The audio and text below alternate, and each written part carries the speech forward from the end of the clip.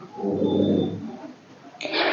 Good morning friends, कैसे हो आप सभी। आई होप आप सभी बेहतर होंगे और मेरी क्लास में आप सभी का बहुत बहुत स्वागत है। हम कंटिन्यू कर रहे थे अपनी एंशिएंट हिस्ट्री की सीरीज को और कुछ दिनों से मेरी तबीयत थोड़ा सा खराब थी, लेकिन अभी तबीयत बेहतर है और वापस से मैं आई हूँ इस सीरीज को कंटिन्यू करने। हमने काफी कुछ पढ़ लिया था एंशिएंट हिस्ट्री के बारे में और अब हम पढ़ने जा रहे हैं बौद्ध साहित्य और जैन साहित्य से जुड़ी छोटी छोटी कुछ बातें। आगे जैसे ही हमारा ये सारा टॉपिक कंप्लीट होगा, हम आगे बढ़ते जाएंगे। हम ऐतिहासिक चीजों के बारे में थोड़ा सा पढ़ेंगे, फिर हम स्टोन एज के बारे में पढ़ेंगे, इंडस वैली पढ़ेंगे, वैदिक साहित्य पढ़ेंगे और धीरे धीरे इस तरह से करके हम आगे जब हम वापस से पूरा बौद्ध धर्म को जब हम समझेंगे और जैन धर्म को जब हम समझेंगे, तब हम उसमें आपको बौद्ध धर्म और जैन धर्म से जुड़े बहुत सारी चीजों के बारे में बताएंगे। आज बस एक छोटा सा ओवरव्यू हम आपको देने वाले हैं बौद्ध धर्म और जैन धर्म। तो चलिए सीरीज को आगे बढ़ाते हैं, कंटिन्यू करते हैं। मेरी ऐसी वीडियो के लिए मेरे चैनल को जरूर सब्सक्राइब करिएगा, लाइक करिएगा और शेयर करना ना भूलिएगा फ्रेंड्स, ताकि जिन किसी को भी हिस्ट्री से डर लगता है उन्हें हिस्ट्री से प्यार हो जाए। चलिए आगे बढ़ते हैं। हम पढ़ रहे हैं सॉरी हम आज पढ़ेंगे जैन साहित्य यानी जैन लिटरेचर, और हम पढ़ेंगे बौद्ध साहित्य यानी बौद्ध लिटरेचर, बुद्ध लिटरेचर।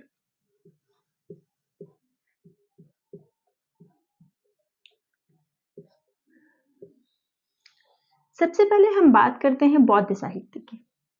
बौद्ध साहित्य में हम सबसे पहले एक शब्द को देखेंगे और वो शब्द है हमारा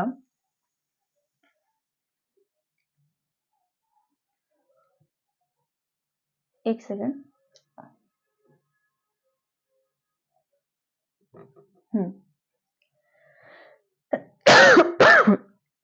हम सबसे पहले देखेंगे, थोड़ा सा खांसी है तो आप थोड़ा मैनेज कर लीजिएगा फ्रेंड्स। तो चलिए आगे बढ़ते हैं और हम सबसे पहले देखेंगे कि यहाँ पर हम कुछ पिटक की बात करेंगे, यानी हम देखेंगे कि बौद्ध साहित्य में 3 प्रकार के पिटक होते हैं, जिसे हम यहाँ पर पिटक की त्रिपिटक की बात करेंगे। त्रिपिटक, एक सेकंड,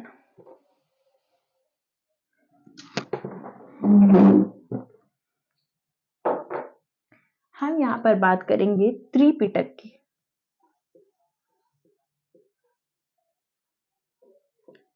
त्रिपिटक की हम बात करेंगे, जिसमें हम पहला पिटक विनय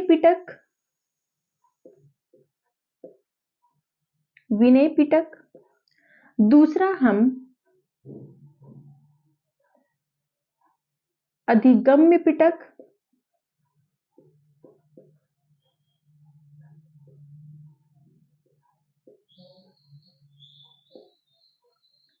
तीसरा हम सूत पिटक।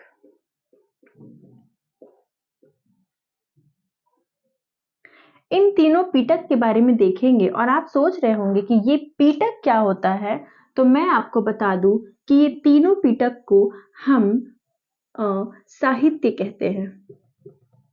साहित्य यानी ये साहित्य जो जुड़ा होगा वो जुड़ा होगा बौद्ध धर्म से जुड़ा होगा। और ये जो साहित्य है, ये तीनों पिटक जो है वो एक प्रकार का बुक्स है, एक प्रकार की किताबें हैं, जिसे हम ग्रंथ भी बोल सकते हैं। और दूसरा, जब बुक्स होगा तो किसी न किसी लैंग्वेज में होगा और इसकी लैंग्वेज जो होगी वो होगी पाली।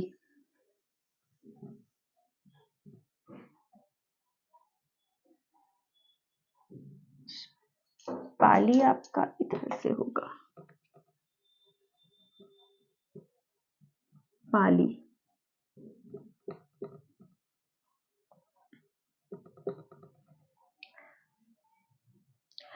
बौद्ध धर्म को जब हम आगे कंटिन्यू करेंगे तब हम देखेंगे कि बौद्ध धर्म में हमारा बहुत सारा यान करके आएगा, जिसमें से हीनयान कुछ हीनयान जो है वो उनमें से एक प्रमुख है, हीनयान। और जब हम हीनयान के प्रमुख ग्रंथ के बारे में पढ़ेंगे, हीनयान के प्रमुख ग्रंथ के बारे में पढ़ेंगे, तब हम उसमें पढ़ेंगे कथा वस्तु के बारे में, कथा वस्तु। और इस कथा वस्तु में हम क्या पढ़ेंगे? इस कथा वस्तु में हम पढ़ेंगे महात्मा बुद्ध के, महात्मा बुद्ध के जीवन चरित्र के बारे में। इसमें हम पढ़ेंगे महात्मा बुद्ध के जीवन चरित्र के बारे में पढ़ेंगे। और ये क्या है? तो ये कथा वस्तु में हम पढ़ेंगे। और ये कथा वस्तु किसका प्रमुख ग्रंथ है? तो ये कथा वस्तु प्रमुख ग्रंथ है हीनयान का। इस प्रकार से हम बौद्ध साहित्य को पढ़ेंगे।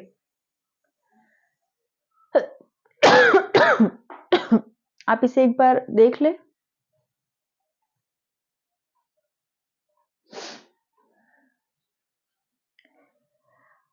जैन धर्म में आगे बढ़ने से पहले हम एक शब्द को देखेंगे।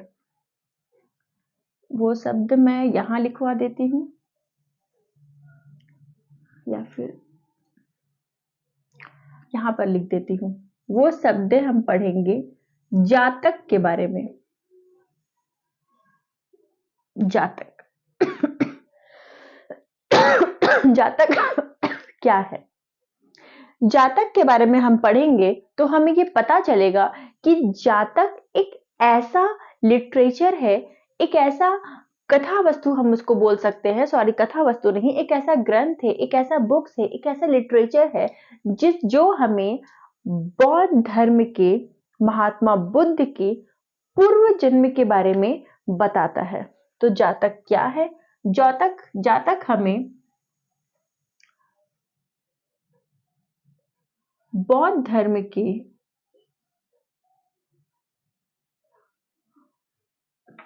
बौद्ध धर्म नहीं, इसको हम लिखेंगे महात्मा बुद्ध। जातक हमें महात्मा बुद्ध के पूर्व जन्म यानी पिछले जन्म, पूर्व जन्म के बारे में बताता है, के बारे में बताता है। आगे जब हम इस सीरीज को कंटिन्यू करेंगे तो हम इसमें पढ़ेंगे कि महात्मा बुद्ध क्या थे, कितने नंबर पे वो आए थे बौद्ध धर्म में, और भी कौन कौन से प्रमुख थे, क्या हुआ था, उनकी पूरी जीवन, पूरी स्टोरी के बारे में हम पढ़ेंगे। और वो हम कहाँ पढ़ेंगे? कथा वस्तु में पढ़ेंगे, जो कि हीनयान का आपका प्रमुख ग्रंथ है। तो चलिए, आज का ये छोटा सा टॉपिक था और बौद्ध साहित्य को छोटा सा ओवरव्यू देखने के बाद अब हम जैन साहित्य की तरफ बढ़ते हैं और देखते हैं कि जैन साहित्य में क्या बातें हैं। आप इसका एक स्क्रीनशॉट ले सकते हैं।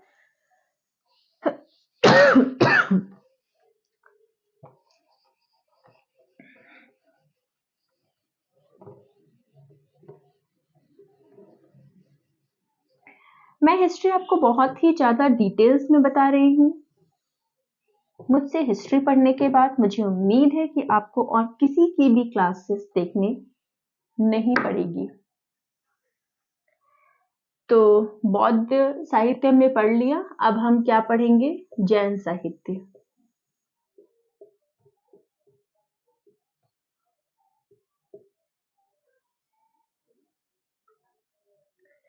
इसमें हमने पढ़ा था जातक के बारे में। इसमें हम पढ़ेंगे आगम के बारे में।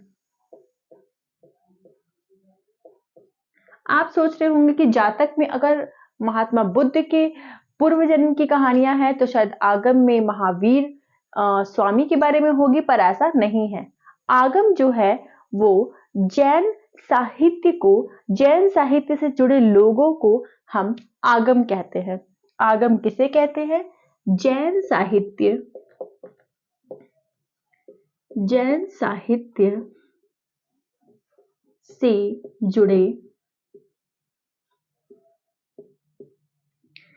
जुड़े लोगों को हम आगम कहते हैं। हम आगम कहते हैं।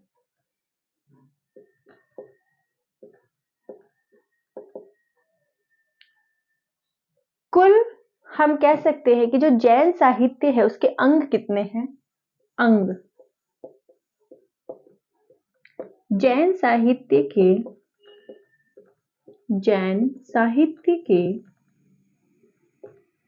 कितने अंग हैं? जैन साहित्य के 12 अंग है।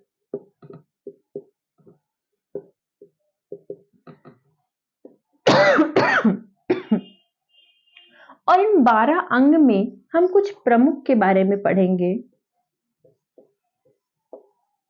हालांकि ये जो 12 अंग है ये प्रमुख है, और इस 12 अंग के बारे में जब मैं आपको महावीर स्वामी पढ़ाऊंगी, जब मैं आपको पूरा जैन धर्म पढ़ाऊंगी, तब मैं आपको ये 12 अंग को डिटेल में पढ़ाऊंगी। और फिलहाल हम एक छोटा सा ओवरव्यू ले रहे हैं जैन साहित्य और बौद्ध साहित्य की, इसलिए हम यहाँ पर सिर्फ थोड़ी थोड़ी बातें पढ़ेंगे और इस क्लास को खत्म करेंगे, इस सीरीज को खत्म करेंगे। तो आगे हम इसमें प्रमुख जो है वो है, प्रमुख जो अंग है उसमें से पहला अंग हम देखते हैं भगवती सूत्र।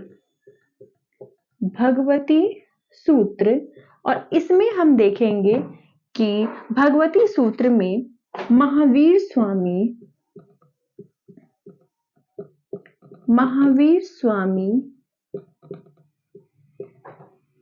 के भगवती सूत्र में महावीर स्वामी के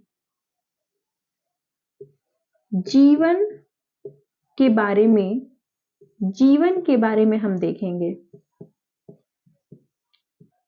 जैसे हमने कथा वस्तु देखा था ना, कथा वस्तु में हम महात्मा बुद्ध के जीवन के बारे में पढ़ते थे, उसी प्रकार से ये जो भगवती सूत्र है इसमें हम महावीर स्वामी के जीवन के बारे में देखेंगे। और दूसरा हम देखेंगे कल्प सूत्र। और इसमें हम क्या पढ़ेंगे कल्प सूत्र में? तो कल्प सूत्र में हम पढ़ेंगे, हाँ एक सेकंड,